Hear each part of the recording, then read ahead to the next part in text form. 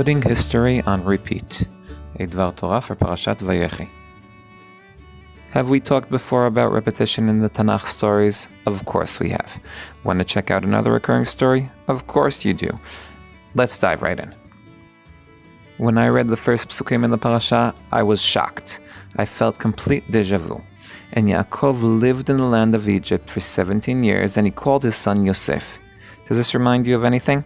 Because it sent me right back to the beginning of Parashat Vayeshev. There too, Yaakov dwelt in the land of his father's residence in the land of Canaan. These are the descendants of Yaakov. Yosef was 17 years old. Yaakov, Yosef, and 17 aren't enough to write home about? Let's try to change that.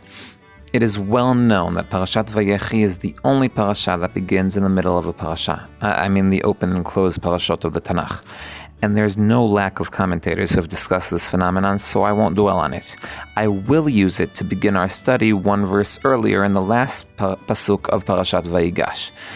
And Israel dwelt in the land of Egypt and the land of Goshen, and they held on to it and multiplied in it. As Rashbam expressly says, that's where we should start the parashah. This pasuk is an almost exact copy of the format of the first pasuk of Parashat Vayeshev, and Yaakov/Israel, insert the correct one, dwelt in the land of either his father's residence or Egypt, in the land of either Canaan or Goshen. There are more recurring motifs in the verses, such as favoritism, bowing down, Yosef's mission, and others, so it's time to move on and explain what scandalized me.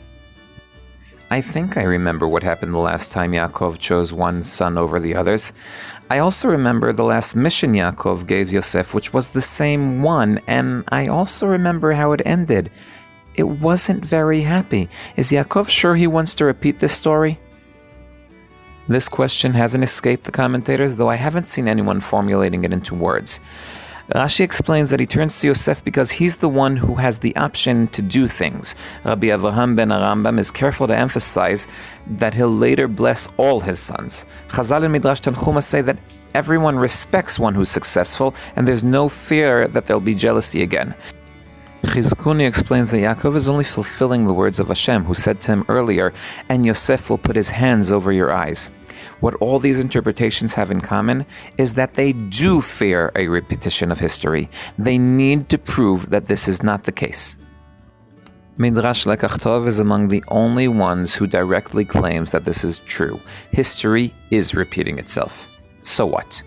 He calls his son Yosef, who is his favorite of all the tribes. This is also how he explains the emphasis on the number of years that Yaakov lived in Egypt. Only these years were considered to be Yaakov's life because his children and grandchildren surrounded him. We can add that when he refers to his children and grandchildren, he secretly means Yosef, since the rest of his children were with him also before he reached Egypt. The real difference is that now Yosef is also alive. I must say that despite this interpretation not really being so politically correct, the psukim from the beginning seem to confirm what the Lekachtov says. Otherwise, why are they so alike? Unless we try to focus on what's different in these psukim and suggest that the comparison comes to emphasize what has changed. Compared to Parashat Vayeshev, where Yaakov's love for Yosef is emphasized twice, in our parashah, it doesn't exist. Apart from this love, there's no apparent reason why Yaakov chooses one son over the others. Yosef's dreams of greatness aren't based on his previous actions or achievements, they're based on feelings. He reminds Yaakov of his mother Rachel, who passed away. He's a ben zekunim.